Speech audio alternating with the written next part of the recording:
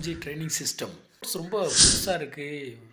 இப்போ கரூரார் சித்தர்னு சொல்லிட்டு ஒரு தென்னாடி அண்ணா வந்து சென்னையில் இருந்தவங்க பேச்சை குறை வேலையை பாரு அப்படின்னு ஒரு ஃபீல் பண்ண ஆரம்பிச்சிட்டாங்க.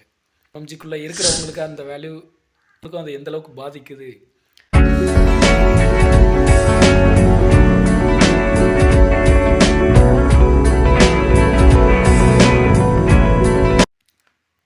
இப்போ நம்ம MMG training system daily quotes வந்து நம்ம போட்டுட்ருக்கோம்.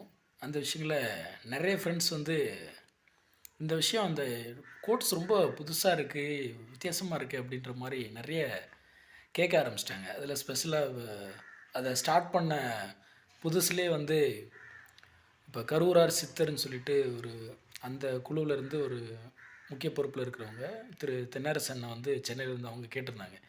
இப்போ நீங்கள் டெய்லி வைக்கிற அந்த கோட்ஸ் ரொம்ப வித்தியாசமாக இருக்கே அப்படின்ற மாதிரி கேட்டிருந்தாங்க.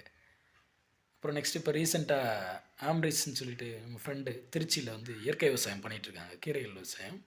அவங்களும் கேட்டிருந்தாங்க, ப்ரோ இது செம்மையாக இருக்குது ப்ரோ இந்த கோட்டெல்லாம் நீங்கள் வைக்கிறது அப்படின்ற மாதிரி சொல்லியிருந்தாங்க. இந்த கோட்ஸ் எல்லாமே நம்மளுக்குள்ளே ஒரு சேஞ்சஸ் பண்ணிகிட்ருக்காங்க. அதில் எனக்கு வந்து ஒரு கோட் வந்து ரொம்ப எனக்கு இம்பேக்ட் க்ரியேட் பண்ணது என்னென்னா, மாஸ்டர் சொல்லியிருப்பாங்க, அதில் பேச்சை குறை வேலையை பாரு அப்படின்னு ஒரு கோட் வந்திருக்கும்.